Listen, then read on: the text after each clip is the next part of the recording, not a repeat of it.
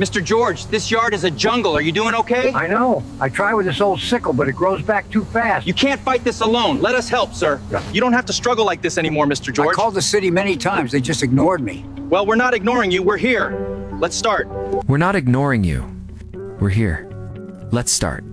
As I spoke those words, the look of profound exhaustion on 80-year-old George's face shifted into a fragile, disbelieving hope that I'll never forget. He stood there trembling, leaning heavily on a rusted, dull sickle, the only weapon he had possessed for years, against the wall of thick, aggressive weeds that had swallowed his home whole. Every morning before the sun even dared to peek over the horizon, George would leave his crumbling porch to scour the neighborhood for cans and scrap metal. His frail frame stooping over dumpsters just to scrape together enough coins for a meager loaf of bread or a small carton of milk. He had lived in this house for 42 years, a home he once shared with a wife who had long since passed away, leaving him to guard the fading memories within these walls alone.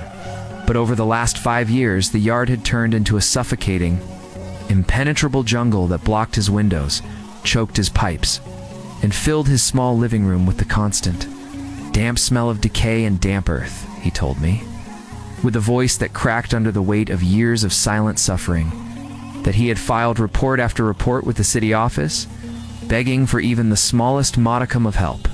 He pleaded that a man his age, with thinning bones and fading eyesight, could not physically fight back the overgrowth that seemed to grow twice as fast as he could cut it. Each time, the letters came back marked as low priority, or were simply filed away in a dark cabinet, never to be seen again. It was absolutely gut-wrenching to look at his hands calloused, stained with deep permanent layers of street dirt, and shaking from chronic fatigue when know that he had been spending his precious remaining strength every single day trying to hack away at a literal forest with a toilet. That he didn't want charity, and he didn't want fame. He simply wanted the basic human dignity of a home that didn't feel like a suffocating, overgrown death trap. As we fired up our heavy-duty industrial trimmers, the roar of the engine seemed to break a long, suffocating silence that had hung over his property like a shroud for nearly a decade.